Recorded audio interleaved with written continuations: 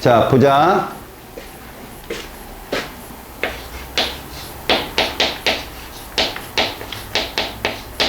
생명 시스템의 기본 단위야.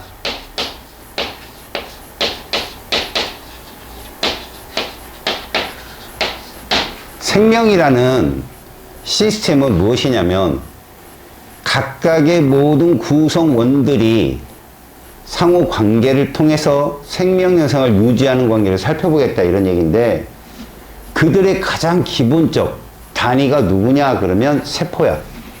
거기 보시면 생명 시스템의 기본 단위 단계가 누구시냐라고 하면 세포 단계라고 합니다. 알겠어요?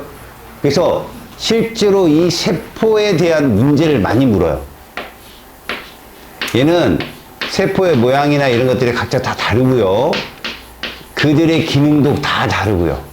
그래서 이게 가장 중요한 키워드예요. 여기 써 있는 것처럼 구조적, 기능적 단위다. 세포라는 것이. 그러니까 생물, 우리가 생물의 특성이라고 말하는 그 첫 번째가 뭐냐면 세포로 구성되어 있다예요. 구조적, 기능적 단위다. 당연히 모든 세포가 크기는 비슷할지 모르지만 구조가 다르고요. 기능이 다릅니다. 그 세포들이 모여서 일반 생물들의 현상입니다. 조직을 만들고, 그런 조직들은 기관을 형성시키고 마지막에 개체가 되겠다. 이런 표현이죠. 요런 기본 조직계에 동물과 식물의 약간의 차이가 나옵니다. 동물, 식물의 차이는 식물 같은 경우는 조직 이후에 그 현상이 나타나고 동물은 기관 이후에 생깁니다. 여기가 식물이 들어오는 단계고요. 그래서 여기가 뭐가 생기느냐? 이렇게 생기는 거죠. 조직계라는 게 만들어집니다. 그래서 세포, 조직, 조직계, 기관, 개체 순으로. 근데 동물은 어디에 들어오느냐? 동물은 요 사이에 들어와요. 동물은. 누가 존재하느냐? 기관계가 형성이 됩니다. 그래서 기관계라고 하면 여러분들 종합병원 가면 소화계, 호흡계 뭐 이런 거 다 얘기하죠. 배설계. 이쪽이 형성되는 곳이라고 볼 수 있죠. 그래서 그 예를 한번 볼게요. 왼쪽이 동물이고 오른쪽이 식물인데, 요런 같은 개를 봐봐요. 처음에 적혈군이, 백혈군이, 근육세포니, 신경세포니 막 써놨는데 여기 오니까 기관이 딱 떠있죠. 이거 소화기관이죠. 누굽니까? 위요, 위. 이것들이 뭉친 게 소화계예요. 소화계에 요게 누굽니까? 간도 들어가고요. 요게 누구다? 항문도 소화계입니다. 배설계가 아니에요. 이런 것들이 다 모여서 소화계. 뭐 여기에는 누구도 들어가, 이자도 들어가겠죠. 소화계통의 모든 것들. 알겠지? 그래서 마지막에 개체가 형성되는데, 그럼 개체는 소화계 말고 무슨 개가 모두 합친 인간 같은 경우는 소화계, 배설계, 호흡계, 순환계, 신경계 이런 것들이 합쳐서 개체가 되는 거죠. 아시겠습니까? 지금은 요 관계에서 요 부분, 바로 동물에만 있는 구성단계다라는 것을 봐두시고요. 식물은요, 기관계가 빠진 대신 조직계가 들어가게 되는데, 이제 우리가 보통 말하는 게 조직은 표피 조직, 이게 입이거든요. 입이라는 기관입니다. 표피 조직, 울타리 조직, 책상 조직 이런 것들. 알겠어? 그래서 이것들이 조직계를 만들고 그 다음 기관을 입을 형성해서 마지막에 개체가 된다. 요런 거 정도 알고 계세요. 조직계가 있다는 거, 식물한테는. 동물은 기관계가 존재한다는 거, 요 단계별로 암기를 좀 해 놓으십시오. 각 기관이나 조직에 대해서는 안 나와요. 저런 순서도 정도만 나올 수 있습니다. 아시겠죠? 자, 이제 우리는 이 구조적, 기능적 단위인 세포를 구분할 거야. 동물세포나 식물세포를 모든 세포 소기관을 특징을 알아두는 것도 중요하지만 거시적으로는 그들의 차이점, 공통점 이런 걸 좀 아는 게 중요한데, 요 그림만 갖고 설명을 한다면요, 식물에만 존재하는 거 단골로 출제됩니다. 여기 써 있죠? 식물세포에만 있는 게 누구다? 엽록체하고 세포벽입니다. 특히 우리 엽록체의 역할, 그 다음에 미토콘드리아의 역할은 세부적 설명을, 마이토콘드리아죠. 세부적 설명을 할 때 설명을 하겠지만, 식물세포의 세포벽은 식물의 모양을 잡아주는 역할을 하죠. 그래서 식물은 가만히 보면 뼈가 없는데 맨날 우리를 훈계할 때는 이 식물이 등장하곤 하죠. 몽둥이. 그죠? 맞으면 아파요. 그죠? 이 세포벽의 존재 때문에 그렇다. 알겠지? 그리고 이제 전체적으로 본다면 요 정도는 알고 가세요. 핵이 있죠, 핵. 핵. 그 다음에 마이토콘드리아 있죠. 이렇게 마이토콘드리아. 그 다음에 엽록체가 있죠. 자, 제가 동그라미를 치는 애들 있죠. 엽록체, 마이토콘드리아, 핵. 이 세 가지는요, 막이 두 개입니다. 이중막 구조라고 그래요. 알겠죠? 물론 마이토콘드리아하고 엽록체가 왜 막이 두 개냐 라고 한다면, 잠깐 설명을 곁들인다면, 원래 그 세포 내 융합설이라는 게 있어요. 이런 세포들을 진핵세포라고 부르거든요. 진핵세포가 원래 거대 세포만 있었어요. 핵만 있는. 근데 마이토콘드리아의 기원은 보통 우리가 뭐라고 부르냐면 종속 영양생물이라고 불러요. 그러면 이 엽록체는 뭐라고 부르느냐? 독립 영양생물이라고 불러요. 다시 말해서 나중에 지구의 역사 같은 데 보면 남세균 같은 애들인데, 얘들이 세포 밖에서 안으로 들어와서 공생을 하게 됐다라고 하는 거죠. 진화론에. 그럼 뭐냐? 왜 이중막입니까? 하나는 자기 막이고요. 이 거대 세포로 들어오면서 거대 세포의 막을 하나 더 감싸고 들어왔다 해서 이중막이라고 부르는 거예요. 알겠죠? 이 세포 내 융합설. 그래서 핵은 본디 그 세포의 것이고, 그들이 외부에서 독립 영양생물, 다시 말해서 산소를 발생시킬 수 있는 애. 그 다음에 종속 영양생물, 그 산소를 가지고 에너지를 발생시키는 애를 같은 세포 내에 두면 이 세포들이 좀 더 진화가 빨라지겠죠? 그런 현상으로 얘들이 이중막 구조라고 부릅니다. 알겠습니까? 그리고 실제로 마이토콘드리아나 엽록체는 독특한 DNA가 있어요. 이 안에 DNA 있거든, 핵 속에. 근데 마이토콘드리아나 엽록체도 자기 독자적 DNA가 있고 독자적 라이보솜이 존재합니다. 얘들이랑 모양이 달라요. 알았어요? 그래서 이런 건 생명과학이라 해가지고 여러분들이 진로 선택, 일반 선택에 가서 배울 때 보충 설명을 들으세요. 대신 마이토콘드리아, 엽록체는 다른 소기관과 다르게 세포막이 있지만 이중막 구조다. 핵과 마찬가지로. 알겠죠?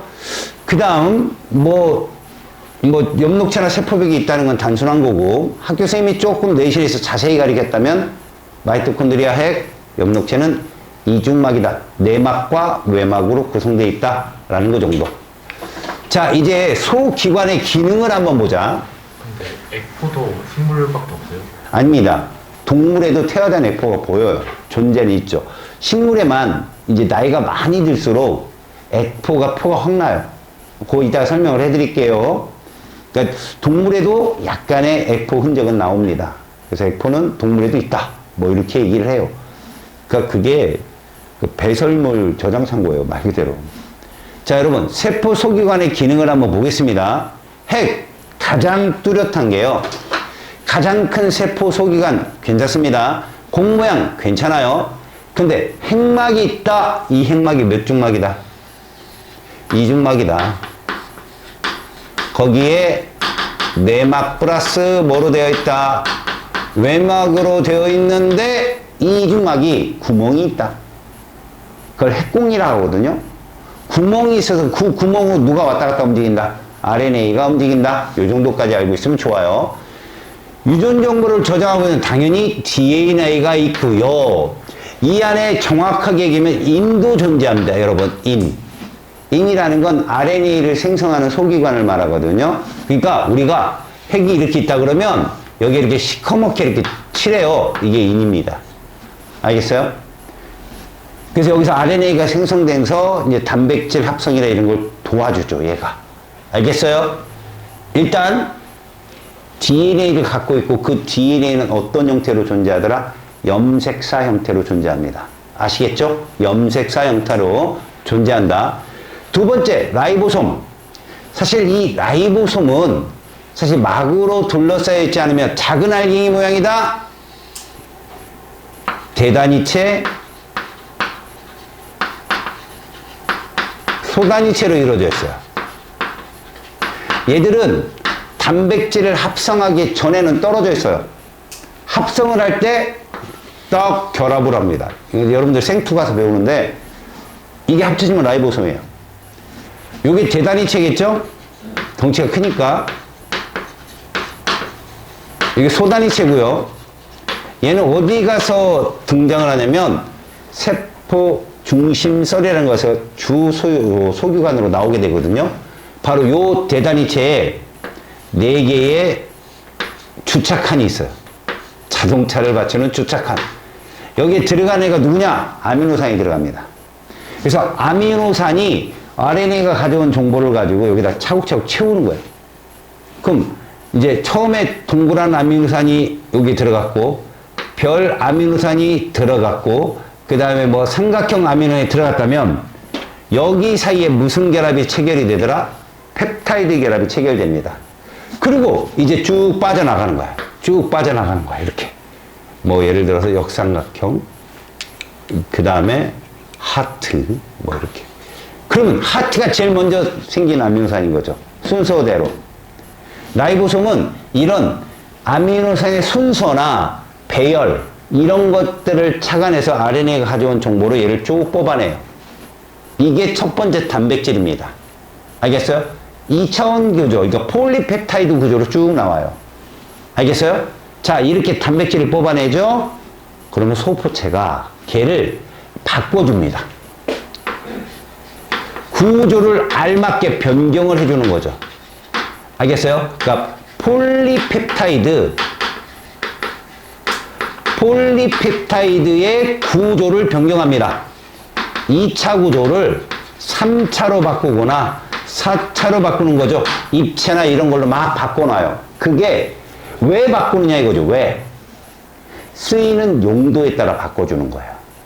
그러니까 뭐 3차 구조를 바꿨어요. 얘가 갔더니 뭐 적혈구에 뭐 헤모글로빈 구조가 되고 막 이런 거죠. 그러니까 여러 가지 단백질은 성분이 될 수 있습니다. 알겠습니까?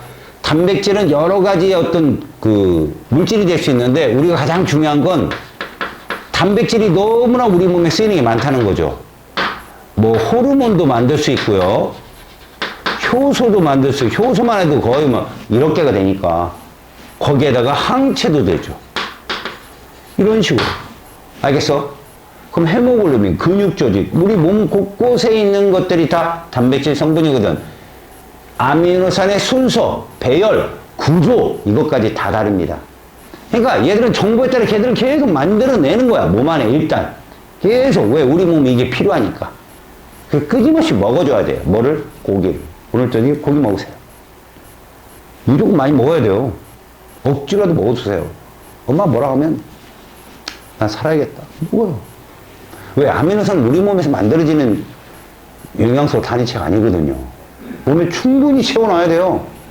그래서 단백질을 먹어야 된다. 날파리 간다. 먹어. 단백질입니다. 자, 그러면 이 소포체가 만들어지는 이 과정이 또 어떤 과정이냐?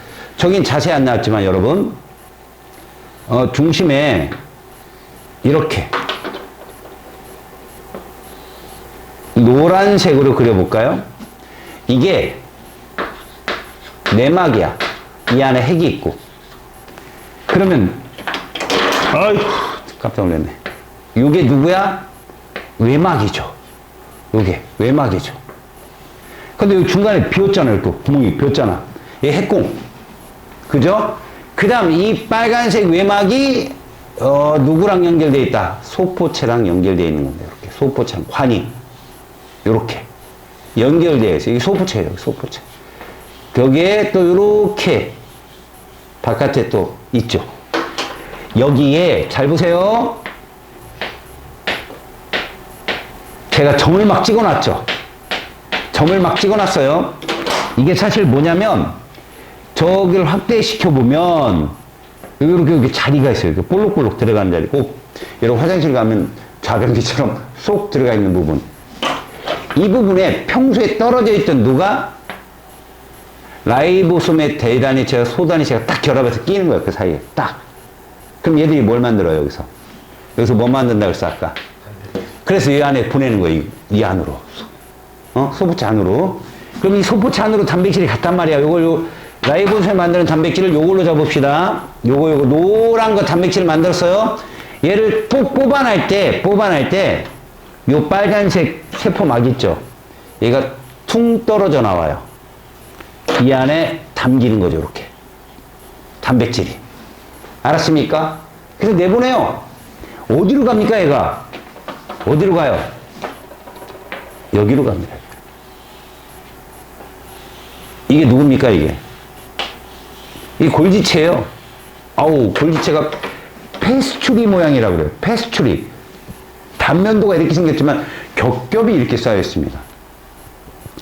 이게 다 공장입니다. 공장. 물류센터라고. 알았습니까? 택배가 여기에 모이는 거예요. 이 단백질이 모여서 간단 라벨을 붙이듯이 지질 구조를 집어넣고 뭘 추가해서 주소지를 만들어요. 사실 이건 화학적으로는 이제 수용체를 만드는 거거든요. 그럼 얘가 그걸 달고 밖으로 빠져나갑니다.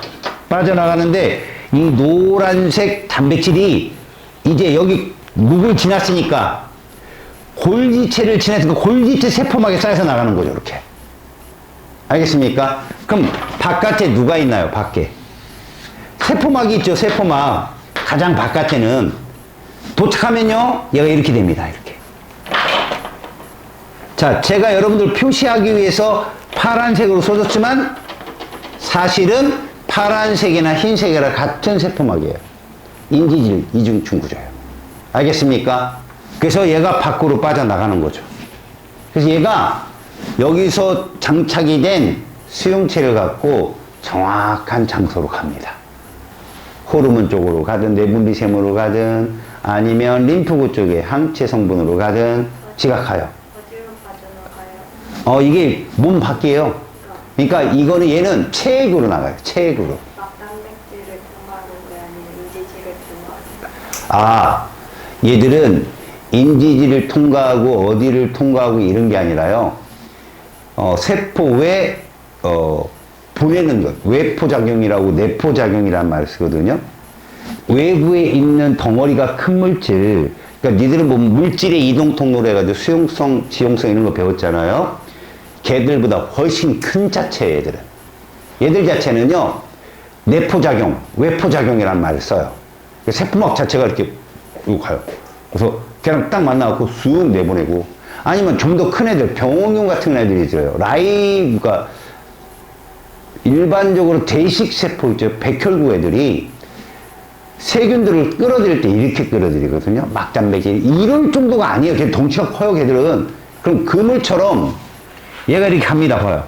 백혈구가 이렇게 있어요, 백혈구가. 이렇게. 지 멋대로 해요. 백혈구 굉장히 크죠? 대식세포잖아요. 혈구 중에 제일 크죠? 근데 혈관을 빠져나가는 거 알아요, 걔들? 위족운동이라고 그래, 위족운동. 이거 쑥 빠져나갑니다, 걔들이. 그래야 우리 상처 났을 때 병원 침통 걔들이 나와서 싸워요. 근데 걔들 어떻게 잡냐? 이거죠. 봐봐요. 못되게 생겼죠? 얘를 싹 감싸요. 그리고 얘를 연결해요. 툭 무심하게 툭 소화시켜버립니다. 이러고서 이런 애가 어디 막단백질 아니에요. 얘 차원이 달라. 이게 내포작용. 알았습니까? 물론 얘를 갖고 점점점 얘를 힝 무너지겠죠. 흐물흐물 무너질 때 요 뒤에 이제 그 보드 T 림프가 정보를 싹 받아갖고 이제 B 림프구나 T 림프구 쪽에 정보를 전달하면 걔들이 항체를 막 만들어요. 그런 겁니다. 그게 방어작용이라는 작용인데 지금은 여러분들은 여기서 그냥 외포작용 안에서 만든 단백질이 밖으로 나가는 과정. 이건 막단백질이나 뭐 그 다음에 인지질 이게 아니에요. 전체적인 막의 과정이에요. 알겠습니까? 내압과 외압 과정이니까 그렇게 알아두십시오. 그래서 여러분 여기 결정력이 뭐냐? 자, 단백질이라는 것, 여러분 세포가 하는 일이 되게 많아요. 그런데 우리 몸의 주요 활동 중에 하나가 단백질을 합성하는 거야. 몸의 생명 현상을 유지하려면 끊임없이 단백질을 공급해내야 돼요. 야, 이건 뭐가 같냐면, 와, 이런 비유가 같으려나 모르겠지만, 아이를 끊임없이 낳아야 돼요, 여러분. 아이를 낳아야 된다고 너 생각 잘해요. 알았어요? 아이를 계속 낳아야 그 아이가 나라를 책임질 정치인도 되고, 그 다음에 나라의 과학 기술을 책임질 과학자도 되고, 경제인도 되고. 그죠? 그럼 아이가 계속 출산이 되고 나라의 국민들이 계속 쌓여야 되는데 우리나라 같이 이러면 큰일 납니다. 없잖아. 너네 정말 귀한 애들이라니까? 와, 얼마나 귀해요. 그죠? 우리 생명 시스템을 배우지만 라이보솜이 일을 안 한다니까? 단백질을 안 만들어내. 그럼 이 생명 시스템 자체가 어떻게 해서 무너진다니까? 그죠? 혹자들은 그래요. 아미노산이 없어서. 먹으라 말이야. 많이 먹어서 단백질을 많이 합성해야 됩니다. 아시겠죠? 그래서 여기 라이보솜, 소포체, 골지체가 이렇게 같이 있는 게, 라소골이 같이 있는 게 단백질의 이동 경로다. 알겠어? 그래서 여기서 보통 우리가 성형을 한다고 생각해보자. 2차 구조나 3차 구조나 4차 구조. 그러면 골지체가 거기다가 수용체를 붙여. 너 여기 가야 돼? 네, 골지체가 가는 거야. 화학작용에 의해서. 그 수용체를 만드는 게 어딘지 아냐? 요거예요. 요 소포체, 매끈면 소포체라고 하거든? 얘는 점이 막 박혀 있잖아, 라이보솜이. 그래서 거친면 소포체라고, 여기가 탄수화물이나 지질을 만드는 곳이야, 여기가. 요 조그만 데가. 그럼 얘가 어떻게 하느냐? 나중에 니들 세포막을 보면 막단백질을 배우거든? 막단백질이 이온들을 어떻게 부를 거 아니야? 이거 아니라니까? 다 화학작용에 의해서 부르는 거야. 화학적인 수용체라고 하거든? 걔가 딱 신호를 보내면 화학작용해서 걔들이 딸려와, 거기로. 그러니까 센서예요, 센서. 띵 하면, 글로 가서 들어가는 거예요.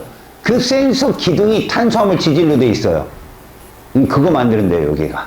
알겠습니까? 이거는 이제 생투 과정이니까 여러분들 나중에 관심 있으면 보세요. 아셨죠? 그래서 우리는 단백질만 이동하는 경로를 본다면, 라이보솜, 소포체, 골지체, 세포막. 이런 식으로. 알았니? 여기 파란 게 누구 이거? 라이보솜에서 만들었어. 라이보솜 확대하면 이렇게 생겼어. 알겠어? 걔가 어디를 지나서? 소포체를 지나서 어느 정도 모양이 완성되면 어디를 지난다?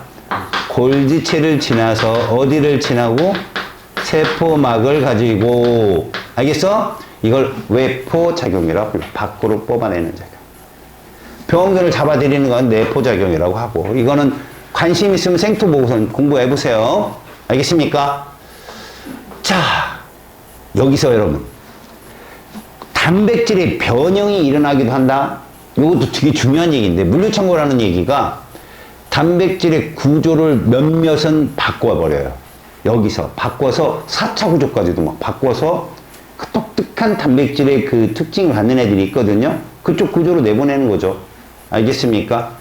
입체 구조로 바꾸는 과정이 여기서도 일어날 수 있다. 근데 대부분 어디서 일어난다? 소포체에서 일어난다. 아시겠죠? 자, 요 과정이 바로 그 얘기예요. 단백질이 나가는 과정. 알겠어요? 핵은 무슨 역할을 하는 거야? 설계도 역할을 하는 거야, 핵은. 알겠지? DNA 설계도를 놓고 여기서 여기로 옮길 때 이 세포의 중심 원리에서 나중에 배우겠지만 얘가 전달을 해줘요. 그 설계도를. RNA가 핵공을 통해서 누구한테? 라이보솜한테. 그래서 라이보솜이 여기 보이죠? 여기서 만들어요. 대가리 여기서 쭉 만들어 나오고 내보냅니다. 그러면 소포체 쪽에서 걔를 3차, 4차로 만들고, 그 미처 못 만든 건 골지체에서 마지막 다듬기도 해요. 하지만 골지체는 물류창고 보내는 역할을 해줘. 센서를 잡아주는 역할을 해주고, 세포막을 통해서 이걸 밖으로 빼내는 거, 이걸 외포작용이라고 합니다. 아시겠죠? 세포막으로, 여기 소낭이라고 부르는 거 있죠? 이 작은 주머니가 다 인지중, 이중충으로 되어 있어요. 알겠어요? 그러니까 자기 단일막 구조잖아요. 골지체니, 소포체니 단일막 구조죠? 걔를 소낭에 담아서 보내요. 그러면 봐보세요. 소포체의 그 단일막이나 골지 단일막이나 성분이 똑같다는 얘기예요. 섞일 수 있어요. 유동성 모자이크라 서로 섞일 수 있다는 거죠. 아시겠습니까? 그렇게 운만 낸다. 이런 얘기옷이다. 소낭은 주머니를 말해요. 작은 주머니. 오케이? 세포막 바깥쪽으로. 그러니까 소낭, 여기도 소낭이죠. 그죠? 어차피 여기서 나오는 세포막들이 거의 똑같습니다. 성분이. 자, 엽록체 봅시다. 얘는 학교에서 뭐 자세히 알려주기도 했겠지만, 우리가 엽록체하고 마이토콘드리아는요, 에너지 전환을 잘 보셔야 돼요. 일반적으로 그 포도당이라고 하는 거 있죠. 얘를 중심으로 공부하세요. 포도당은 이렇게 되어 있습니다. 이게 고분자죠, 고분자.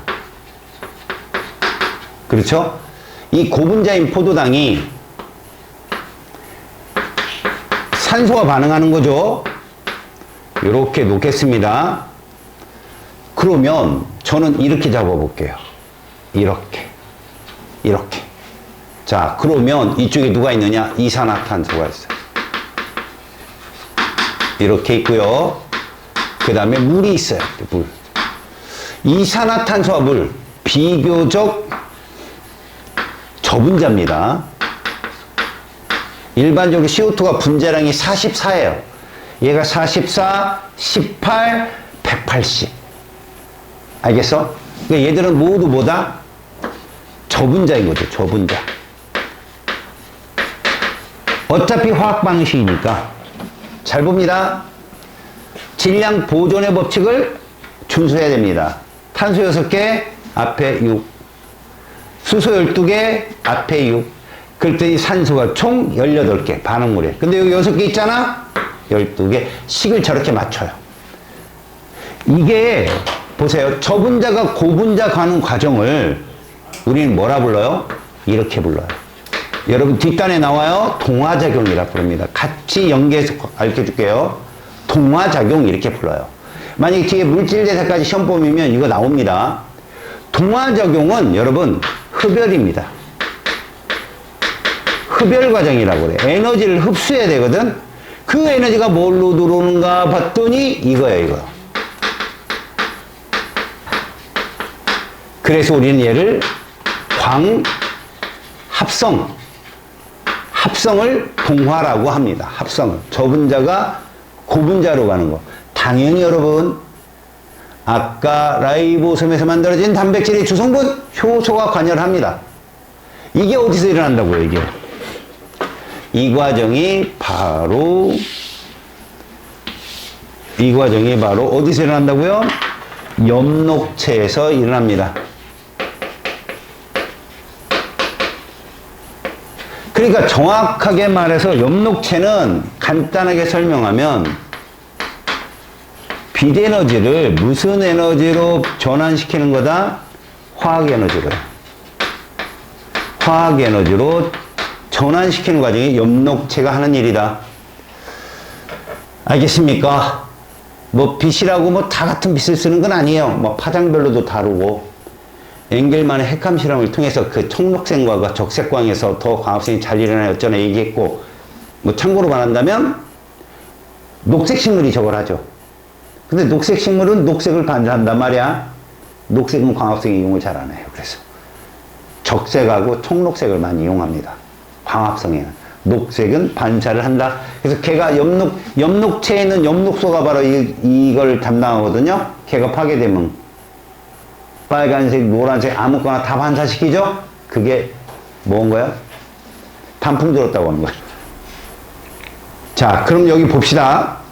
마이토콘드리아는 뭐 하는 애냐? 사실 요렇게 가는 거죠. 우리가 음식물을 먹으면 소화를 통해 포도당을 만들어내잖아요. 포도당이 산소랑 만나서 얘가 되는 과정이에요. 이산화탄소와 뭘로? 물로. 요렇게. 결국 뭡니까? 얘가 앞서 봤던 이런 과정으로 되돌아가는 과정이거든요. 계속 똑같죠? 6. 그럼 이때는 오히려 여기서 이렇게 돼요. 에너지가 나옵니다. 이 과정을 우리는 세포 호흡, 거기에 고분자가 저분자로 가니까 이화작용, 이게 이제 저분자들이거든요. 얘들이 분자량이 적은 저분자들이에요. 저분자 얘들이 이화작용을 하면 발열 과정이에요. 발열, 에너지가 빠져나오는, 이렇게 부르죠. 그쵸? 이거는 어디 일어나느냐? 자, 봅시다. 얘는 마이토콘드리아에서 일어납니다.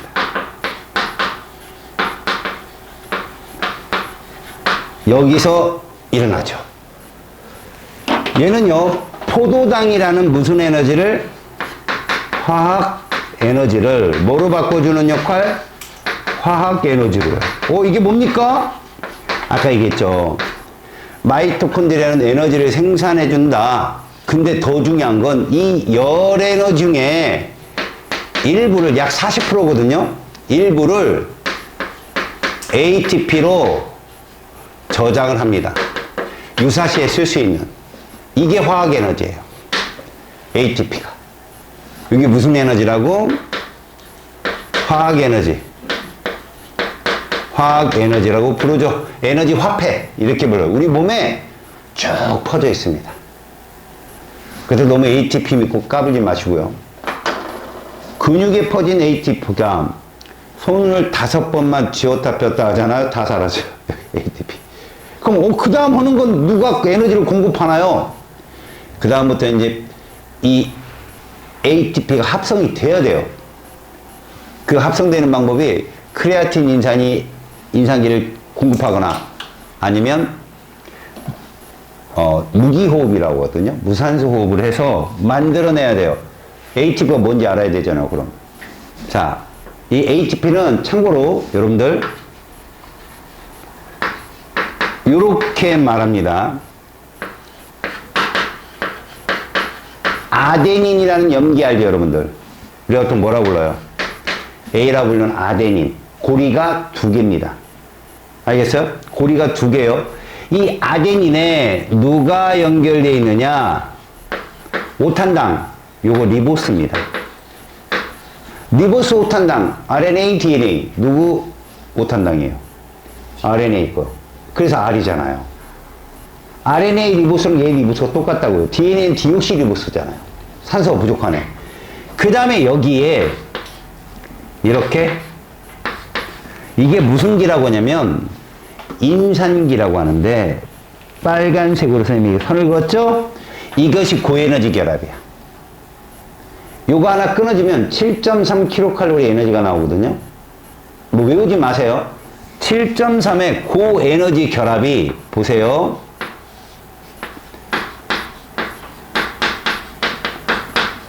이 결합이 끊어지면 에너지가 발생되겠죠.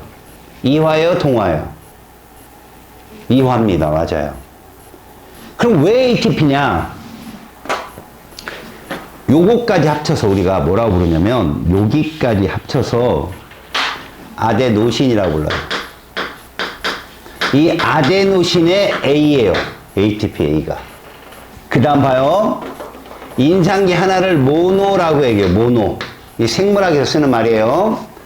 2개를 다이라고 얘기합니다. 이 3개를 트리라고 얘기해요. T가 바로 트리예요. 인산기가 3개 있다. 하지만 고에너지 결합은 2개예요. AT, 그 다음 뭐요? 인산기, 포스포ид. 아데노신 트리 포스포ид. 이거 인산기예요. P는. 인산기가 몇 개 있다? 3개 있다. 어디에 붙어 있다? 아데노신에. 알았습니까? 그럼 봐요. 이 말이 무슨 말이냐? 마이토콘드리아에서 왜, 지금 여러분 보면 이화죠? 이 작용을 잠깐만 보세요. 여기서 생기는 열 에너지가 이런 거예요. 얘는 뭘까요, 여러분? 이가 하나 없는 애예요. ATP. 얘가 얘를 만나는 거예요. 인산기를. 인산기 하나를 잡아서 얘가 되는 거죠. 이거 뭡니까? 동화죠. 동화되려면 에너지 필요하죠. 요 열에너지가 얘예요. 이게 마이토콘드리아에 일어난 일이에요. 물론 몸 곳곳에 가서 이렇게 되겠죠. 몸 곳곳에 가서 이화되겠죠. 근데 내가 하고자 하는 말은 이 중요한 일들을 막 38일 다 외우라는 게 아니라 이 얘기입니다, 여러분. 하도 저걸 강조하다 보니 엽록체는 전문 분야가 동화고 마이토콘드리아는 전문 분야가 이화라고 착각하거든요. 아닙니다, 여러분. 마이토콘드리아, 엽록체 모두 동화와 이화가 다 일어나요, 저 안에서. 다시 말해서 엽록체, 마이토콘드리아 모두 물질 대사가 일어나고 있다. 여러분, 왜 이 얘기를 하냐면 엽록체와 마이토콘드리아만 그래요, 여러분. 세포 소기관 중에. 왜 그럴까요? 원래 쟤들은 독립체였다는 거죠, 원래. 엽록체는 누구? 독립영양생물.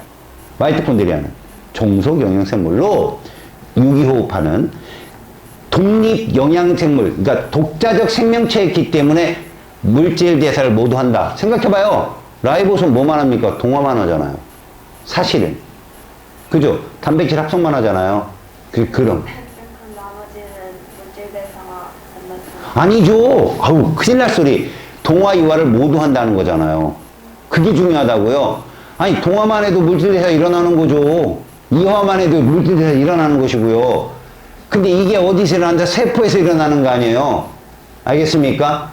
우리 몸의 곳곳은 배설계에서는 물질 대사 일어날까요? 그러면 애들이 아닌데 아니에요. 모든 곳에 일어나요. 호흡계 그럼 기체 교환하는 곳인데 물질 대사 일어난다. 왜? 호흡계도 세포로 구성되어 있으니까.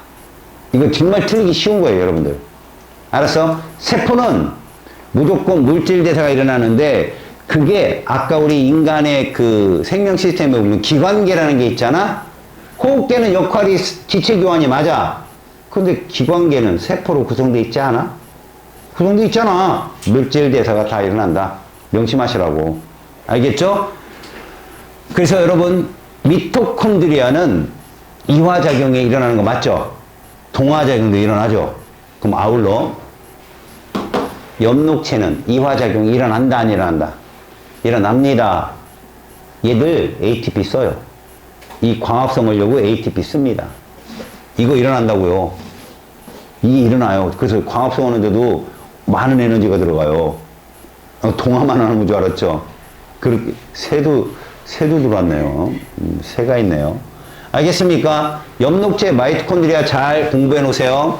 알겠죠? 잠시만요. 이거는 방금 전에 선생님이 설명한 거. 얘들아, 여기서 무슨 작용이 일어난다고? 물질 대사. 그지? 여기서는 물질 대사야. 알았어? 특히 ATP를 합성하는 곳이 여기지. 화학 에너지가 화학 에너지로, 여기는 빛 에너지가 화학 에너지로. 알겠죠? 꼭 알아두십시오. 세포 광합성. 자, F. 자, 막으로 둘러싸여 있다. 식물 세포에 크게 발달해 있다. 동물에도 있긴 있다. 알겠냐? 또 식물은 왜 F가 필요할까? 배설계가 없으니까. 그러니까 쌓아놓는 거야, 안에다가. 그러니까 오래된 성숙한 식물일수록 얘들이 확실해. 저장 창고가 확실히 크다고. 많이 쌓아놨겠지. 자, 8번째 세포막. 얘들아, 액포도 단일막 구조다. 라이보솜만 막 구조 아니야. 알겠지? 여러분들 배운 것 중에. 세포막, 세포를 둘러싸고 있는 얇은 막, 얘는 말이야. 여러분들이 다시 볼 거야. 왜? 세포막은 무조건 이걸 위주로 공부해. 물질 출입. 알겠죠? 물질 출입이다. 이건 아까 외포작용, 내포작용이 아니야. 아까 그건 막 점점 큰 것을 끌어들일 때 하는 표현이고, 이거는 실질적으로 수시로 일어나는 일들이야. 저 물질 출입 과정 잘 보자. 인지질하고 단백질이라는데, 얘는 적어. 얘는 됐다 많다 무슨 말이냐면, 물이 인지질이라 하면 그에 떠있는 배가 막단백질이라 하면 돼. 얼마 없다고, 막단백질은. 하지만 물이라고 내가 인지질을 칭하는 이유는 막 움직여, 애들이. 그래서 우리 보면 그 물컹물컹한 그 젤리 있잖아. 그 누르는 대로 모양이 바뀌잖아. 그런 식으로 세포막이 약간 유연성이 있어.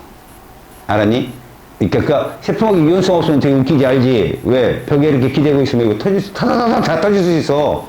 물리도 변형에 따라서 원위치로 오고. 신선하다니 웃기다.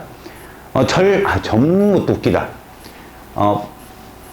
어린 피부일수록 복원력이 좋다. 그래서 여기 누르면 뽕 소리 나죠, 이렇게. 여러분, 눌렀다 딱 누르면 탱 소리 나잖아요. 우리는 딱 누르면 안 나와요. 저는 나옵니다. 저는 나오는데. 죄송합니다. 안 나오는 것도 있어요. 얘는 누르면 맨날 나와. 자, 세포막이라는 게 그런 겁니다. 세포벽. 이 주성분이 셀룰로스다. 셀룰로스는 다당류입니다, 여러분. 다당류. 기본 단위체가 뭐냐고. 기본 단위체가 포도당이에요, 포도당. 그러니까 다당류예요. 셀룰로스. 근데 이 세포벽을 어느 학교에서 출제를 한 적이 있어요. 너네 학교 같아요. 원액 세포의 세포벽도 있거든요.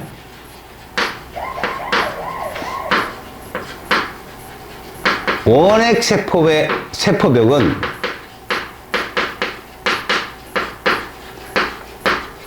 이렇게 불러요. 펩티도 글리칸.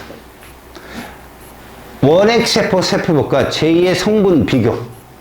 이거 뭐 생투거든요. 근데 슬쩍 학교 선생님 말씀하셨나봐요. 수업 시간에 나왔다. 얘들은 기본 단위체가 포도당 앤드 아미노산이에요. 저안 나왔어요. 안 알려줬어요? 다행입니다, 그럼. 작년에 나왔어요, 여러분들. 나도 그냥 슬쩍 얘기해줬는데 이것들이 기동량으로 들어갔고 맞췄더라고. 그러니까 그냥 이런 게 있다. 알겠죠? 얘들은 단위체 달라요.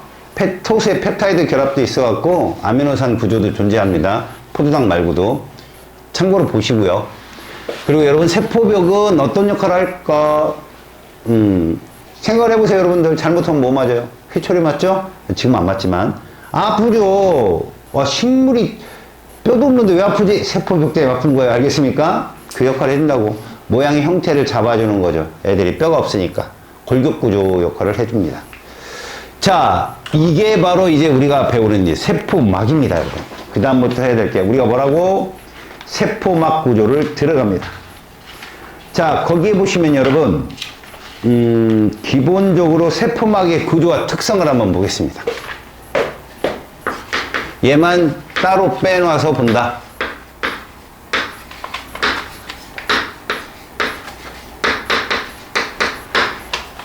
일단 제가 이 얘기했죠. 세포막은 뭐가 주 역할이다? 물질, 출입이에요. 이 물질이 또 누구로 나누냐?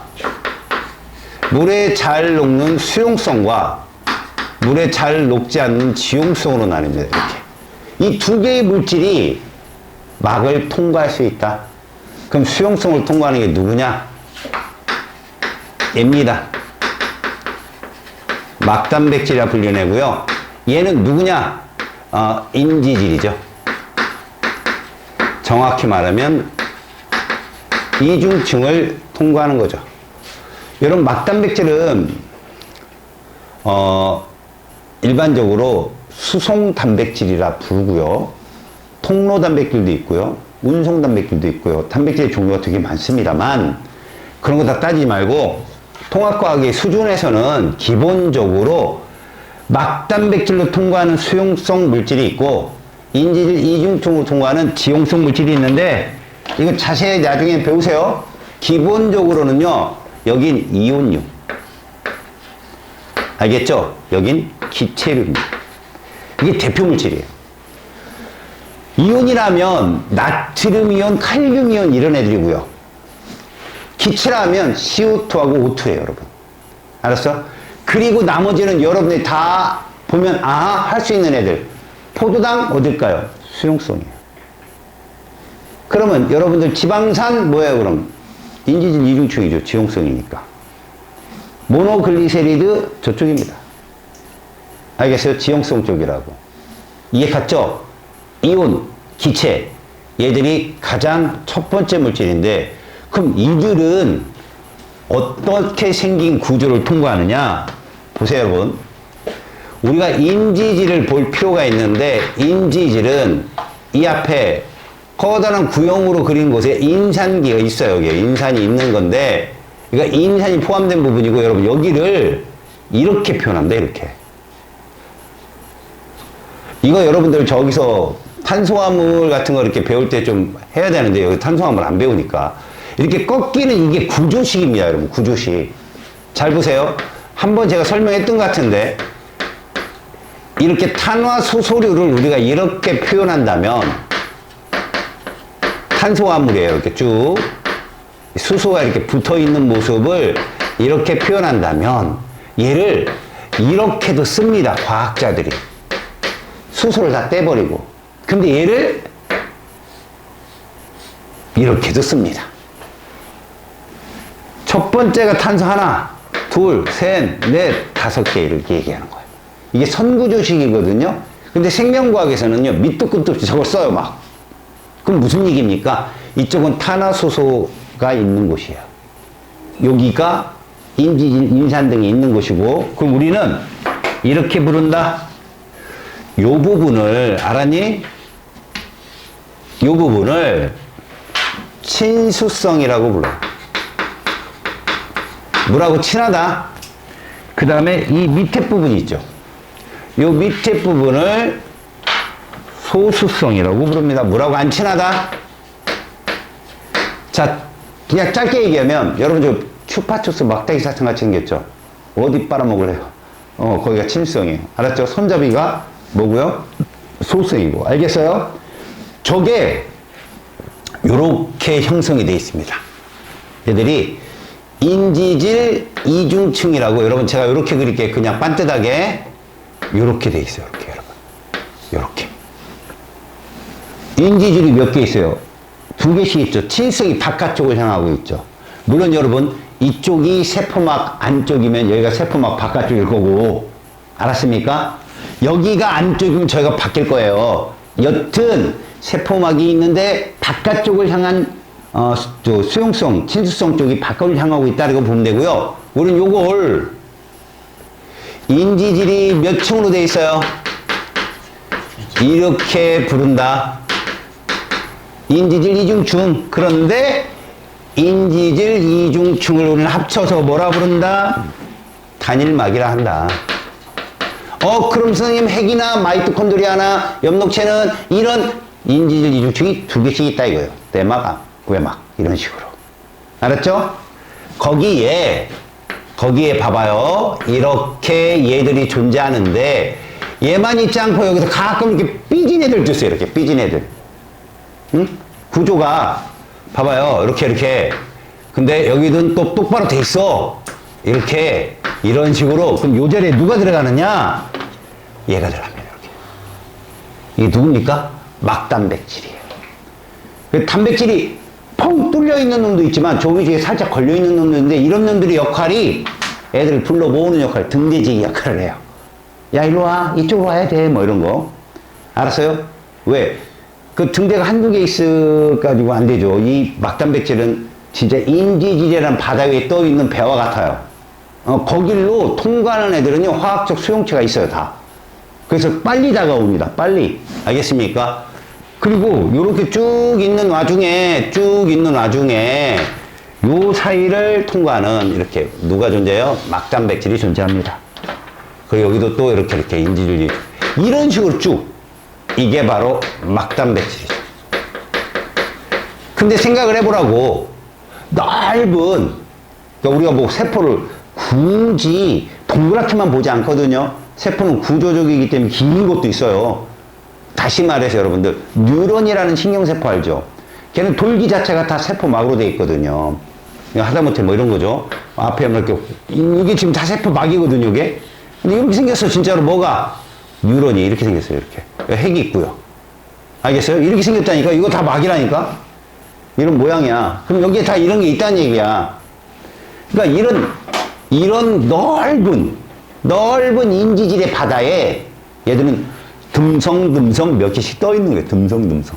여기 봐봐, 막, 여기도 꼭 무에 그 새순 나와 있는 것처럼, 그치? 요게 뭐야? 화학적 수용체라니까? 등대지기처럼. 이리 와. 그럼 애들이 그거 따라 저로 가는 거야. 애들이. 특정한 호르몬 이런 것들이. 알겠어요? 실제로 뭐 티록신, 그 다음에 뭐 에피네프린 이런 애들은요 세포 하나하나와 직접 작용을 해서 물질 대사를 막 촉진시키는 역할을 하거든요. 그 호르몬이 들어가는 그 단백질이 따로 있답니다. 또 어떤 단백질, 어떤 막단백질은 이온만 그렇게 막 주구장창 좌우로 막, 그러니까 원래 이온이든 물질이든 농도가 높은 데서 낮은 데로 가야 되는데 거꾸로 막 빼는 애들도 있어요. 그게 이제 보통 우리가 말하는 펌프, 나트륨 칼륨 펌프라고 하는 애, 그 운송 단백질인데 그런 역할을 하는 애들이 따로 있어요. 그러다 보니 우리가 지금 말하는 이런 것들 총 막 나온 거예요. 그 단백질 다 총 막 나오면 호르몬 같은 것들, 효소 같은 것들, 이런 것들이 지나가려면, 알겠습니까? 단백질이 지나가야 되잖아요. 그런 것들이, 이제 뭐 효소, 이런 것들은 덩치가 굉장히 큰 애들이고, 아주 기본성, 아미노산 이런 애들 있죠? 이런 애들이 지나가야, 어떻게 빨리 들어가서 주변에 세포 내에 있어야, 누가, 라이보솜이 걔들 착착착 순서 맞춰서 뭐 만들어낼 거 아니야. 그리고 통로 지나간 애들이 다 막단백질인데, 그, 표면적은 인지질이 압도적으로 넓어요. 막단백질은 적고요. 알겠습니까? 하지만 이렇게 둥둥 떠 있다. 어느 한 곳에 머물러 있지 않아요. 계속 움직입니다. 찍어놨어요. 넌 죽었어. 알겠습니까? 자, 지금 이것들 중에 보면 여기 단백질 중에는 뭐에 관여한, 물질의 이동에 관여하는 애들이 딱, 자, 이런 수많은 단백질, 이런 것들도 물질 이동에 관여는 하는데 통과시키는 게 아니라 불러오는 역할밖에 안 하거든요. 알겠습니까? 그러니까 요러한 역할, 그리고 여기에 이런 거 붙어 있잖아요. 안테나 같은 애들. 이 수용체예요, 수용체. 이 수용체가 이렇게 붙어 있어요. 이런 식으로. 붙어 있습니다. 이걸, 야, 일로 와. 그래서 얘들이 훨씬 이동 속도가 빨라요. 얘들은 왜? 라벨이 붙어 있고 센서가 장착되어 있기 때문에 금방 여기를 통과하는데, 오히려 인지질을 통과하는 지용성 기체들은 속도가 그렇게 빠르진 못해요. 수용성 같이, 막단백질 같이 정확한 화학적 작용을 통해서 지나간 애들은 그대로 그 정보를 가진 애들이 거기로 다 지나가거든요. 그래서 사실 이 막단백질이 그렇게 많은 편은 아니라 원래 농도차가 크면 확산에 의해서 속도가 빨라집니다만 인지질은 너무 넓잖아요. 농도차가 크면 클수록 계속 빨라져요. 얘는. 근데 막단백질은 한정적이잖아요. 그래서 어느 정도 그냥 빨라지다가 농도차가 아무리 심해도 속도는 일정해집니다. 그런 건 이제 촉진 확산이라고 하거든요. 뒤쪽에서 그래프상으로 보여지는데 그래프상에서 볼 수 있는 건 너희들이 표면력이 누가 넘냐, 응? 누가 넘냐만 아시면 단순 확산과 그 다음에 무슨 확산? 촉진 확산을 구분할 수 있어요. 어떤 이런 구조다. 인지질 이중충을 단일막이라고 부른다. 막단백질은 그 중에 둥둥 떠 있다. 이 정도. 알겠어요? 자, 그 다음에 넘겨봅시다. 자, 선택적 투과성. 쏘리. 지금 아까 다 설명한 말이거든요. 세포막의 선택적 투과성이라는 건 모든 물질을 통과시키는 게 아니다. 인지질층으로는 누가 통과되고 기체나 아니면 지용성이, 그 다음에 그것이 투과된 물질을 보니까 그건 수용성이고 이온들인데 그들 보니까 막단백질 쪽으로 통하더라. 이런 거죠. 알겠죠? 요런 얘기들이 써 있고요. 다음, 이중층을 통한 단순 확산. 그러면 여러분 딴 거 볼 것도 없다. 기체들이 통과하는데 이 면적이 넓다.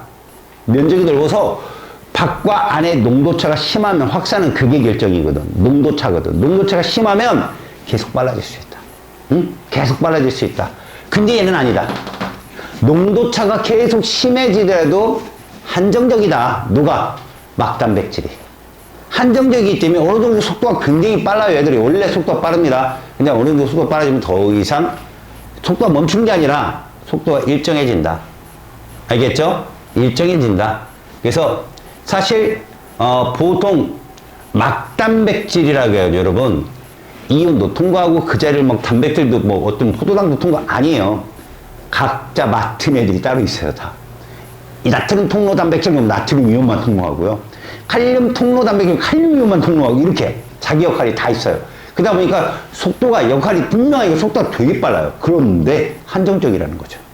그 출입구가 한정적이니까 아무리 애들이 많더라도 초당 10개씩만 지나가고 이래요. 관이 10개인데 8명이 있어. 그럼 한 권에 8이 지나가고 9이 지나가고 10명 지나는데 11명은 그냥 10명 지나요. 통로가 한정적이라고 그냥. 알겠지? 속도는 빠른데. 알겠습니까? 여기 있는 얘기들이 그래요. 자, 여러분, 근데 제일 중요한 거. 얘들이 무슨 원리로 물질이 이동한다? 확산. 물질의 이동 원리 중에 확산은 무엇이 들지 않는다? ATP가 소모되지 않는다. 이게 중요한 거죠. ATP가 소모되지 않는다. 이게 중요한 겁니다. 아시겠어요? ATP가 소모되지 않는다. 확산은 뭘로? 이렇게라는 거. 고에서 어디로? 저로. 고밀도, 저밀도. 고농도, 저농도로. 이거 엔트로피 현상이에요. 무질서가 큰 쪽으로. 알겠지? 체육 시간에 모여 있잖아요. 뭐 준비실 하잖아요. 앞으로 나란히 뭐 좌우로 뭐 뭉개고 팔 휘들고 뭐 어쩌고. 자, 공 던져주고 놀아. 그럼 걔들이 뭉쳐 있어요? 와, 이거예요. 무질서도예요. 그게 확산이에요. 스스로 더 퍼지려고 확률이 높은 곳으로 움직이다 보니까 퍼져나가는 거예요. 에너지 소모 안 합니다. 그래서 여러분 여기서 보시는 애들 있죠. 이온 같은 경우, 그 다음에 포도당이나 아미노산 같은 경우는 이런 식으로 확산에 의해서 움직이게 되는데, 기체도 마찬가지고요. 실제로 뭐 이걸 자세히 들어가 보면 이온도 ATP가 소모되는 능동수용을 하는 애들이 있긴 있습니다만, 지금 여기서는 물질의 이동 첫 번째 확산, 에너지 소모 안 된다. 이게 끝이에요. 능동수용은 잘 안 나오니까 여러분들. 자, 그럼 물질은 확산에 의해서 이렇게 인지지 이중충을 통과하거나 막된 배기를 통과합니다. 그렇다면 이들의 속도, 요거 학교 선생님이 얘기했나? 요거? 안 했어요. 근데 잠깐 들어봐요. 그냥 촉진이 훨씬 빠르죠. 근데 한계적이다. 알겠어요? 막단백질은 한계적이다. 그래서 농도차가 아무리 심하더라도 시간당 지나가는 한계가 있다. 속도는 0은 아니야. 근데 얘들은 막 넓이가 어마무시하게 넓거든요. 온데 인지질 이중치라고 생각하면 돼요. 그러니까 농도차가 크면 클수록 확산되게 빨라져요. 예, 이렇게 써놨죠? 사실 이거예요. 거의 이거 미팅이야, 밑에. 표시하려고 저렇게 써준 거지. 줘도 못 만나? 여러분. 알겠냐? 단순 확산은 어디서 일어나는 거고, 인지질 이중층. 막단백질은 촉진 확산이다. 자, 느닷없이 얘가 나왔는데, 여러분. 그 다음이 여러분들 배우는 게 삼투압입니다. 아셨습니까? 여러분, 삼투 현상을 잠깐 볼게요. 삼투가 뭐냐? 삼투의 원리를 보시면 이렇게 되어 있습니다, 여러분. 저농도가 고농도로 누구를 보낸다 이거죠. 물을 보낸다. 그럼 여기로는 물이 안 갑니까? 가죠. 이렇게 들어가요. 물이 간다. 아, 적은 양이 가네. 그러면 저농도에서 고농도로 물의 이동량이 더 많으면 그쪽으로 막이 휘겠네요. 이러한 막을 우리가 뭐라고 하나 삼투막이라 하고 반투과성 막이라 합니다. 물만, 정의로는 이거예요. 물만 통과시킨다 이런 말을 해요. 물만 통과시킨다. 에? 아, 그 정도로 셀 구멍이 작냐? 아닙니다, 여러분. 물이 통과할 정도면 이온도 통과를 해요. 근데 이 반투막의 이 삼투의 반투막을 연구해 보면 그렇게 작은 이온들이 통과를 안 하더라는 거죠. 자, 우리가 봐야 될 건 이겁니다, 여러분. 일단 투과성에 대해서 보여줄게요. 이렇게 삼투 현상을 보게 되면 물을 넣고 소금물을 넣어봅시다. 소금물. 뭐 염화 나트륨 수용 이러지 말고 막이 있겠죠, 이렇게 막. 잘 보세요. 이게 막입니다. 반투과성 막, 반투막, 삼투막이라 합시다. 그럼 이쪽으로 물이 이동하고 이렇게. 맞죠? 여기도 물이 이동하는데 중요한 건 이쪽으로 더 많이 얘가 휘겠죠. 이렇게 휩니다. 이 막이 받는 압력, 이게 삼투압이에요. 응? 근데 여러분 이렇게 냅두면 이 물의 이동은 어느 때까지 이동한다? 농도가 같아질 때까지 이동하잖아. 그러다 보면 여기 있는 물질로 다 넘어가겠지. 응? 막을 측정할 수가 없는 거야. 야, 이게 안 되겠다. 과학자들이 고안해낸 게 얘야. 유자관. U자가는 왼쪽에 오른쪽에 물과 소금물을 넣어도 알았니? 이 물이 일로 다 안 넘어가. 왜? 얘는 이 소금물 기둥이 높아질 거 아니겠냐? 잘 봐봐. 소금물 기둥이 여기까지 높아지잖아? 그럼 얘 요만큼 낮아져야 돼. 그치? 근데 멈춰, 여기서. 여기서 멈춘다고 봐봐. 멈춘다니까, 이렇게. 이러고 멈춰요. 왜? 얘가 올라가는 동안 누르는 물기둥의 압력이 있어서 그 물기둥의 압력이 이 삼투압이 치고 올라가는 그 압력을 눌러줘요. 그러면 이 막이 받는 압력, 이때는 좌우가 얘가 넘어가는 압력과 이 압력이 똑같다 이 개념이 아니라 얘를 원래 상태로 돌리는데 이거예요. 원래 돌리는데 드는 압력, 그걸 삼투압이라고 사람들이 정의한 거야. 그럼 이 높이 차가 봐라. 이 높이의 차가 농도차가 크면 클수록 높아지겠지. 그래서 삼투압을 비교할 수가 있는 거야, 과학자들이. 여기서 질문. 야, 소금물이면 얘가 있는 거 아니니? 얘가 있는 거 아니야? 물은 H2O다. 그러니까 얘가 여기를 통과한다, 못한다? 못한다는 거거든. 얘는 통과하고, 누가 입자가 클 거 같냐? 물 입자하고 이온 입자하고. 물이 크지? 크지? 근데 물은 통과하는데 왜 이온은 통과 못해? 얘네 연대에서 구설 면적에 나왔던 거야. 얘가 물에 녹는 현상을 잘 봐. Na 플러스가 이렇게 생겼잖아. 물은 말이야, 분자 구조가 이래. 이해 가냐? 산소 이게 수소인데 극성 분자이기 때문에 부분 전하를 이렇게 띈다고. 부분 전하를. 쌍극자를 다 띄가. 그리고 이렇게 뭉쳐있는. 이게 진짜 누구의 모습이야? 물 속에 있는 이온의 모습이야. 이걸 수화라고 하거든, 수화. 그러니 물 분자는 통과해도 이게 덩어리가 어떻게 통과해 못하지. 이것 때문에, 수화 현상 때문에 그래. 알겠지? 여튼 간에 우리가 배워야 될 건 삼투 또한 물의 확산이라는 거야. 무슨 말이냐고? 생각해봐. 저농도의 물이 많겠어? 고농도의 물이 많겠어? 저농도의 물이 많지, 용질보단. 그러니까 많은 물이 적은 물로 가는 것 뿐이야, 이렇게. 물의 확산이라고 어떻게 보면. 이해 갔어요? 그러면 에너지 소모되느냐? 안 된다는 거죠. 저절로. 그럼 봐, 두 개 배웠네. 확산과 삼투. 이거는 우리 몸의 물질의 이동의 기본 원리야, 두 개가. 자, 그러면 여기 있는 그림 뭐냐? 이게 진짜적으로 니네 나오는 거야, 시험에. 여기는 기본적인 우리 몸의 삼투압 기준으로 누굴 등장시키냐? 이게 적혈구를 등장시켜, 적혈구. 알겠니? 자, 적혈구의 몸의 삼투압. 알았어? 걔하고 똑같은 애가 누구냐? 니들이 알고 있는 생리 식염수야. 뭐 렌즈 낀 애들 뭐 이누 뭐 이런 거 팔잖아, 우리 제품에.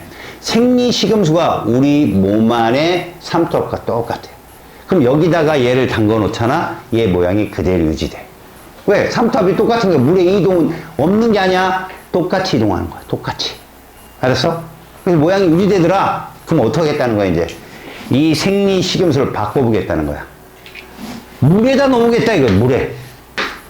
얘를 물에다 넣어보면 물이 농도가 옅잖아. 이런 걸 저장액이라고 한다. 적혈구보다 농도가 옅은 애다 넣었다. 그럼 물은 어떻게 이동하더라? 이렇게 이동한다. 적혈구 내부로 들어가게 되는 거야. 알았냐? 농도를 뭐 하려고? 동일하게 하려고. 그런데 이런 현상이 생기는 거지. 뭐 U자간에 놓은 것도 아니잖아. 계속 들어온다니까? 어떻게 돼? 뻥. 그걸 용혈 현상이라고. 터지는 걸. 무슨 현상? 용혈. 식물 세포는 터져버려, 그냥 빵. 알겠냐? 뭐 이 U자간처럼 뭔가 얘를 자제시킬 뭐 힘이 없어요. 그냥 뻥 터집니다. 아, 식물 세포는 안 터집니다. 왜요? 세포 병님이 계시잖아. 걔가 막아줍니다. 대신 딱 보면요, 액포가 빵빵합니다. 액포가 물 그냥 부어갖고. 알았어? 물이 막 들어가니까 액포로 알 수 있어요. 그래서 세포가 빵빵하게 배가 불러있으면 우리는 그걸 어려운 말로 팽윤이라고 그래. 팽윤. 팽창했다 이거. 알겠습니까? 자, 이제 반대 있겠죠, 반대. 동물은 터지고, 식물은 팽창하네요. 그죠? 반대로 이 적혈구를 여기다 넣는 거죠. 고장에게. 그러면 얘들의 방향이 이렇게 됩니다. 물이. 어떻게? 쪼글쪼글해집니다, 얘가. 물이 빠져나갔으니까. 알겠어? 그러니까 적혈구의 농도는 계속 증가하겠죠. 물이 빠져나갔으니까. 밖에 있는 농도가 떨어지겠죠. 같아질 때까지. 계속 나갑니다. 자, 식물은요, 나갑니다. 그런데 원래 세포벽과 막이 붙어 있거든요, 원래. 근데 자꾸 쪼글쪼글해지니까 이게 분리가 돼요. 바깥 붙어 있는데 세포벽에서 떨어져, 막이. 그래서 이렇게 된다니까? 진짜 여기 떨어졌잖아. 이렇게 툭 떨어졌잖아. 여기 봐. 툭 떨어지고. 원래 붙어 있어야 되는데. 그래서 이걸 원형질 분리라고 그래. 저 안쪽에 있는 애들이 세포 소기관을 포함한 세포들이 있지, 걔들이 분리되는 거야, 벽하고. 쪼글쪼글해지다 못해. 근데 다 분리된 건 아니지. 끝에 막 손으로 바둥바둥 잡아놓은 게 있겠지. 알았어요? 무슨 말인지? 등장액, 이거는 농도가 똑같은 생리식염수. 저장액, 물에 넣는 거예요. 고장액, 소금물에 넣는 거고. 이해 갔어요? 그랬을 때 이런 건 에너지가 필요 없다. 이런 얘기죠. 아시겠습니까? 에너지가 필요 없이 일어난다. 이런 뜻입니다. 알겠죠? 거기 바로 밑에 이제 실험 장치가 있거든요. 여러분, 요게 우리 주변의 삼투 현상이거든요. 우리 주변에. 요거는 여러분들 많이 봤잖아요. 생배추를 소금물에 딱 담궈놔야 애가 생배추에서 소금물 쪽으로 물이 빠져나오겠죠. 애가 그럼 쪼글쪼글해지죠. 그때 꺼내서 양념을 팍 하면 애가 받아들인단 말이야. 알았지? 그게 소금을 절이는 거를 숨이 죽인다 이런 표현을 쓰거든. 그리고 이게 뭐냐면 얘들아, 식물의 뿌리털에서 토양의 물을 흡수하는 과정이 삼투 과정이거든. 당연히 식물의 뿌리털이 봐봐, 뿌리털이 토양보다 얘가 높아야 돼. 이렇게. 그래 물이 토양에서 뿌리털로 들어갈 거 아니냐. 근데 간혹 우리 식물 잘 자라 비로 막 붓는 경우가 있다고. 그럼 뿌리털에서 토양으로 물이 빠져나와. 말라 죽습니다. 조심하세요. 영양분을 많이 뿌리면 저 부동가 확 껴버려요. 그래서 물이 비를 줬는데 죽었어요. 그 삼투현상 반하는 겁니다. 반. 자, 과일청 만들 때 설탕을 뿌리면 이라고 했잖아. 고장에게 담근 거죠. 설탕. 그 식물을. 그럼 물 다 빠져나오고 얘가 장아찌 된다고 그러죠. 간장 같은 데 이렇게 넣으면 고추 같은 거 이런 것들이 다 삼투현상이고요. 지금 여기서 보시면 이 과정을 잘 보세요. 중류수해놨다는 건 이거 저장액이는 거예요. 저장액. 이러면 빵빵해집니다. 식물이니까 안 터진 거야. 이거 동물이면 터져요. 음혈현상이에요. 그죠? 그 다음 20% 설탕용액, 고장액이는 거예요. 고장액. 이러면 어떻게 됩니까? 물이 빠져나오죠. 근데 다행히도 식물은 원형질 분리만 일어나죠. 벽과 세포막이. 이해 갔어요? 그 정도만 일어난다. 요렇게. 알겠습니까? 자, 봐봐. 생명 시스템의 화학 반응이라는 단원인데,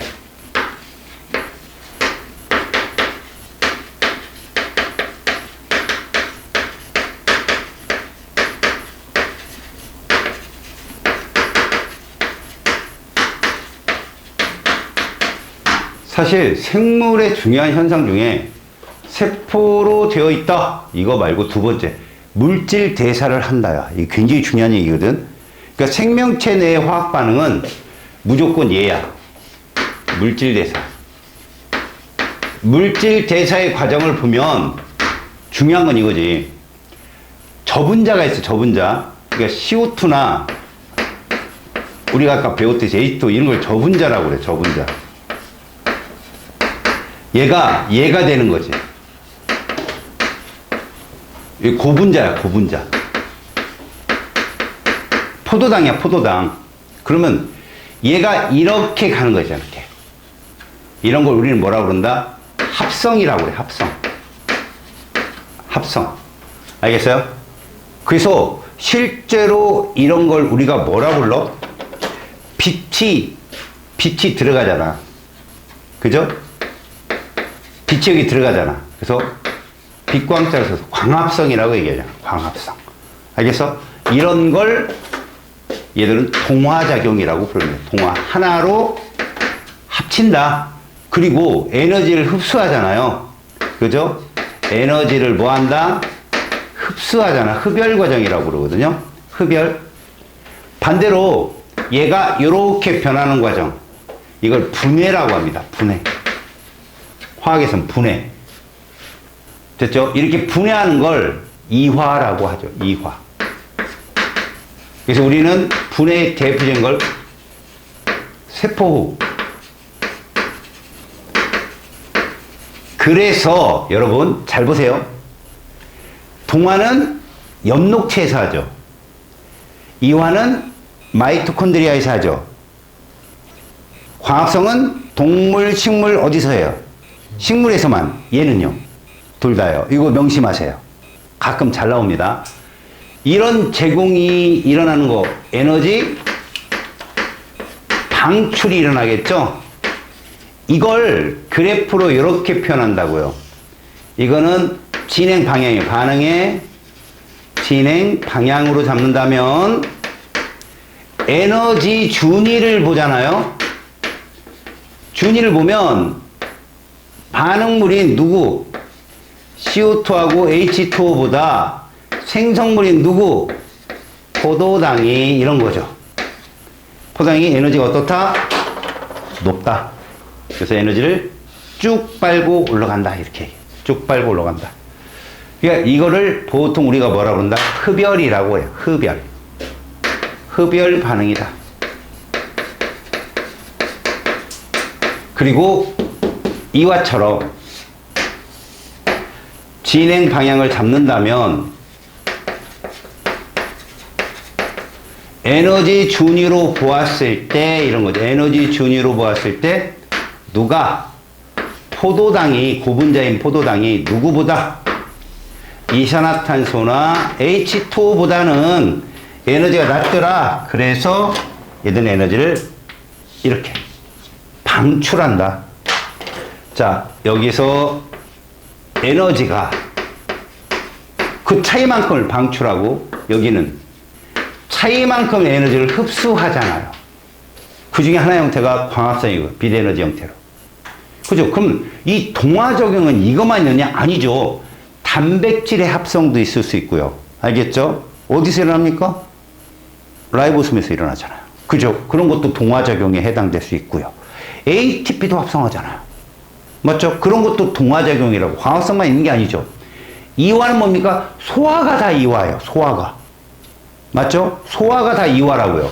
그러니까 뭐 아밀레이스가 들어가서 뭐 탄수화물을 뭘로?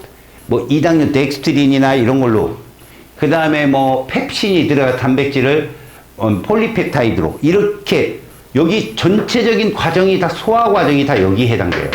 그런데 제가 아까 잠깐 얘기했잖아요. 소화는 고분자를 저분자로 잘라내죠. 그리고 세포를 흡수할 수 있는 만큼 가장 작은 단위체로 잘라내는 게 소화 과정이잖아요. 그런데 이것들이 모두 얘가 있어야 가능하다는 거예요. 인자임이라고, 인자임. 효소가 있어야 가능하다. 이 효소가 무슨 역할을 하길래 그걸 배우는 게 오늘 생체 정촉매 역할을 하더라. 생체 정촉매 역할을 하더라. 그걸 바로 우리가 오늘 배운다. 알았지? 그래서 거기 보시면 여러분 효소의 작용과 활용이라는 게 있어요.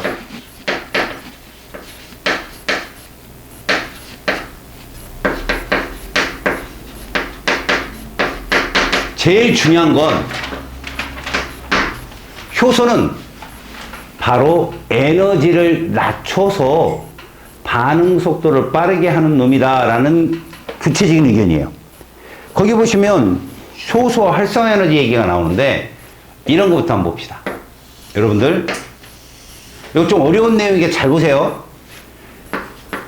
반응의 진행 방향이 이렇게 있을 때 선생님이 이화작용을 먼저 보여드릴게요. 이화작용은 단순하게 에너지 준위로 본다면 여러분 반응물이 이쯤 있을 거예요. 반응물이 이것이 탄수화물도 좋고 단백질도 좋고 포도당도 좋고 모두 좋습니다. 근데 이쪽으로 가면 뭐가 된다? 생성물이 되는 거죠. 에너지가 낮아요. 근데 여러분 여기서 잘 보세요. 여기서 직접적으로 제가 발열 반응을 이렇게 써줬단 말이야. 근데 이건 단순 모식화 시킨 거고요. 여러분 생각해봐요. 반응물이 생성물로 가는 게 화학 변화잖아요. 화학 결합이 일단 끊어져야 됩니다. 아, 이게 무슨 말이냐면, 설명을 좀 부끄럽게 할게요. 여기에 A 부부하고 B 부부가 있어. 근데 A 부부 남편이 저 B 부부 부인하고 바람이 났네? 그게 승질났어. A 부부 부인이 저쪽 B 부부 남편이랑 또 그지? 사랑과 전쟁이 일어난 거지. 야! 우리 이러지 말고 다시 결혼하자. 이거예요, 지금 얘기가. 알겠어요? 그럼 일단 둘이 헤어져야죠. 두 부부가. 뭐가 들어? 돈이 들잖아요. 이해가요? 그래서 애들이 헤어집니다. 헤어졌어. 에이씨, 헤어졌어. 이렇게 된 거예요. 그럼 이걸 뭐라고 그러냐? 솔로잖아요, 이제 다. 활성화 상태라. 뭐, 활성화 상태가 되면 있잖아요, 여러분. C라는 남편이 와서 슬쩍 이렇게 결혼해도 되는 거죠, 지금. 돌싱이니까. 근데 얘들은 지조를 지키죠. 서로 바꿔 결혼합니다. 다시 결혼했어. 이거예요. 자, 여러분, 노란색이 뭡니까? 반응물이 헤어지는 결심을 하는데 드는 돈이에요. 이거는 돈 들어가잖아요. 빨간색은요. 다시 결혼하면 돈을 써야 되잖아. 얘는, 야, 위자료 서로 이렇게 받고 그러면 돈 벌어요. 그죠? 결혼했는데도 돈이 있는데, 그냥 각자 있어. 자기 돈이잖아. 기분 좋잖아. 저 에너지가 높은 상태로 갔다가, 다시 결혼하면 이제 돈을 쓰는 거죠. 그럼 잘 들어보세요. 그냥 제가 얘만 든 거예요. A 부부가 100만 원 주고 결혼했고, B 부부가 150만 원 주고 결혼했으면 헤어질 때도 이만큼의 돈이 드는 거예요. 알았어요? 그럼 이 두 부부가 헤어진 지 얼마 들었어요? 250이 드는 거죠. 알았어요? 그런데 A, B 부부가 되는데 각자 200이 들어요. 그 전보다 돈을 많이 쓰고 싶어. 200 쓸려. 근데 이 부부가 두 쌍이 되잖아.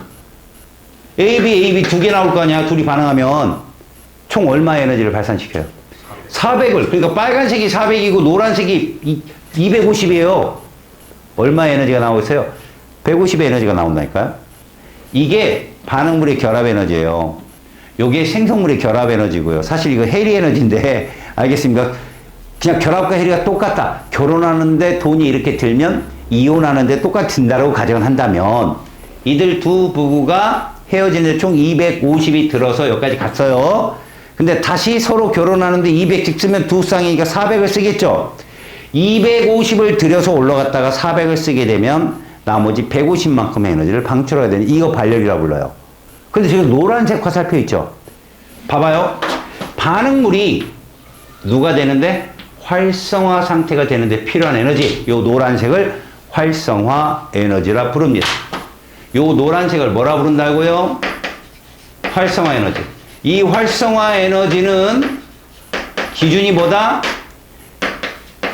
반응물 에너지 준위에서 활성화 상태까지.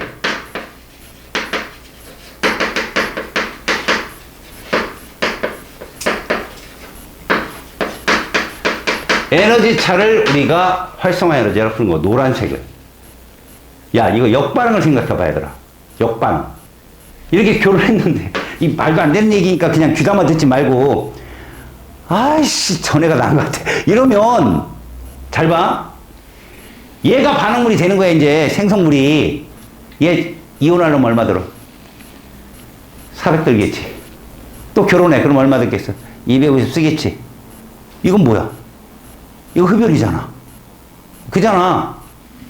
활성화는 이거 볼까? 빨간색이 활성화되죠. 빨간색이. 반응물의 에너지부터 활성화되는데. 알았니?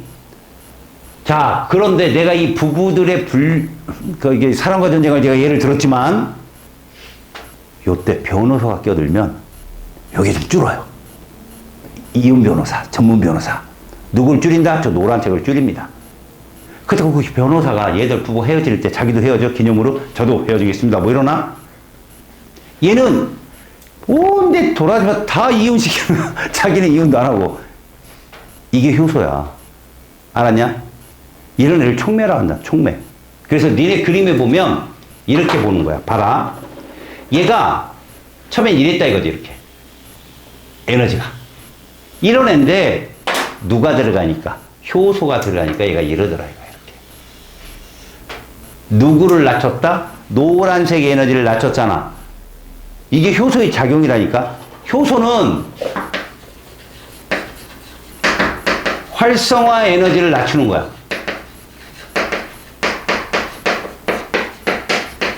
이게 시각적 효과는 저거지만 반응물이 잘 해리되는 데 도와주는 애가 바로 효소 역할이다. 자신은 변하지 않으면서. 근데 중요한 건 이게 무슨 반응이었어? 발열이었잖아. 발열은 노란색의 활성화 에너지였지? 얘 0까지 만들 수 있어. 효소를 쓰면 0까지 만들 수 있다니까. 근데 역반응 빨간색은 0으로 못 만들어. 왜 그러냐? 이것 때문에 그래. 여기 봐봐. 이거는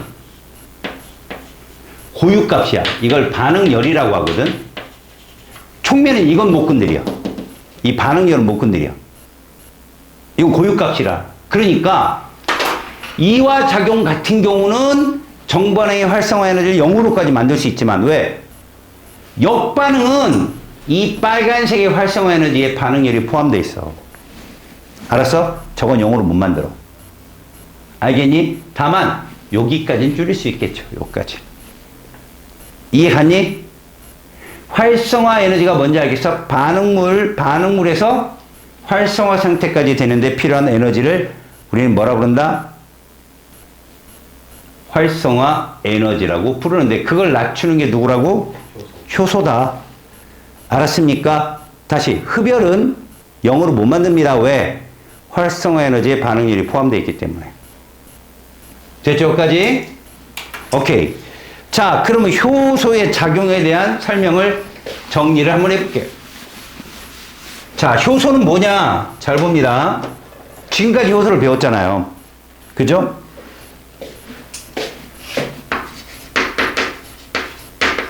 얘를 정리하자고. 첫 번째.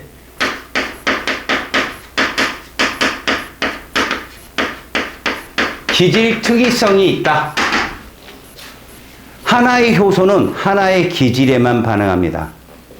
알겠습니까? 하나의 기질에만 반응한다. 다시 말해서 대표적인 예로 이런 게 있죠.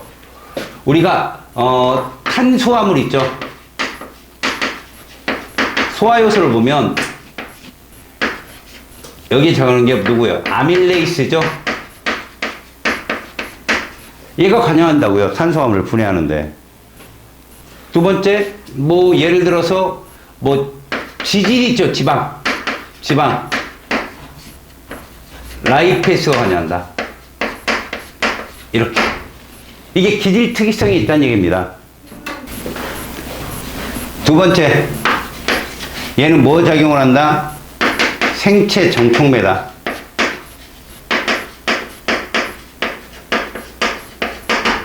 자신은 반응하지 않는다. 그래서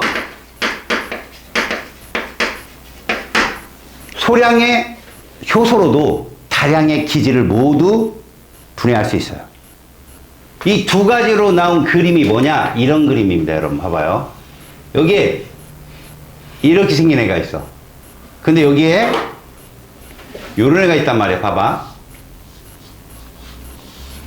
자, 이 과정에 둘이 만나는 거죠. 만났더니 얘가 되는 겁니다. 보세요.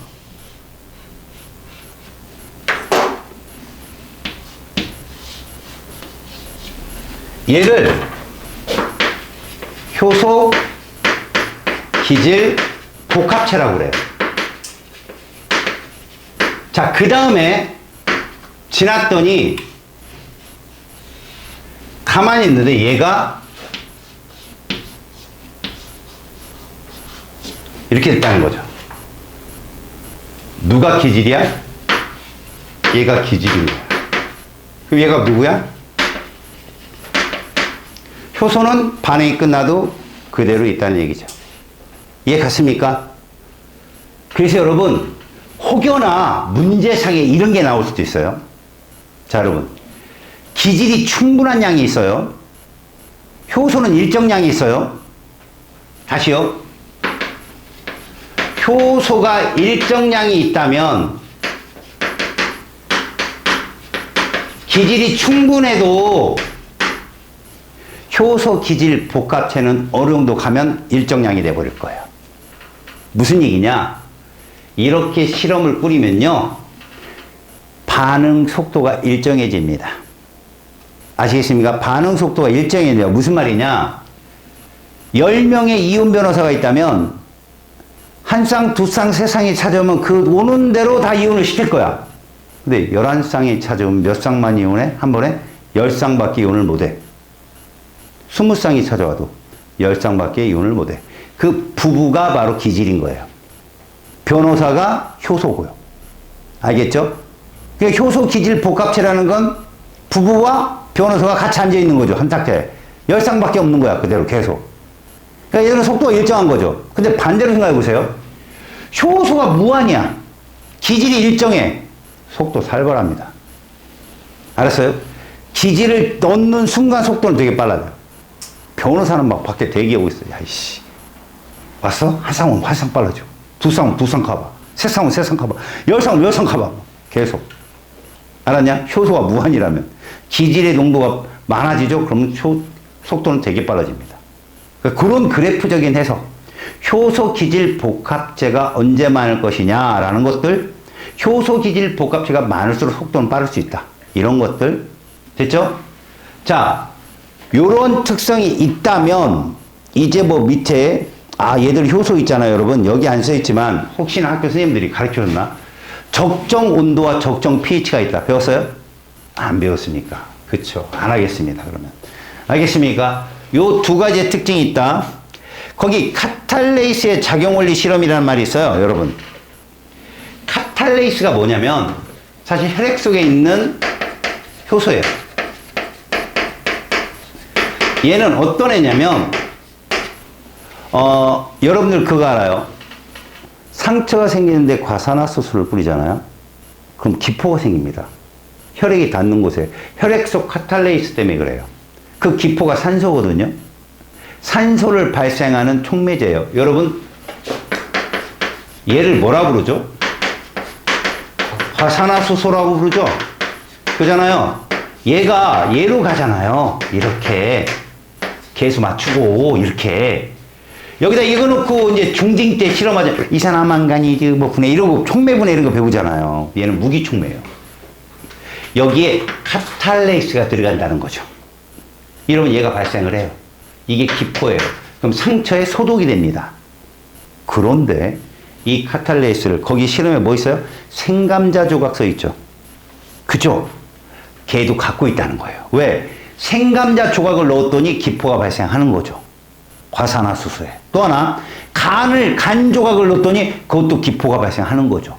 무즙을 넣었더니 기포가 발생하는 거죠. 다 공통점이 뭐예요? 카탈레이스를 갖고 있다는 얘기예요. 그래서 과산화수소에다가 여러분, 이렇게 과산화수소를 넣고 여기다가 지금같이 생감자를 넣거나 무즙을 넣거나 간을 넣거나 혈액을 넣거나 다 기포가 어떻다? 생긴다. 이거 누구다? O2다. 아시겠어요? 이런 걸 얘들은 다 뭘 갖고 있다? 카탈레이스. 근데 삶으면 왜 안 되냐고? 여기 이거 써야 돼. 효소는 적정 온도가 있습니다. 우리 몸속에서가 36.5도씨가 적정 온도야. 그러니까 무슨 얘기냐면 이 온도라면 이게 도시잖아요. 이 속도, 반응 속도를 본다면 이렇게 됩니다. 이렇게. 이렇게 돼요. 여기가 한 36.5도씨.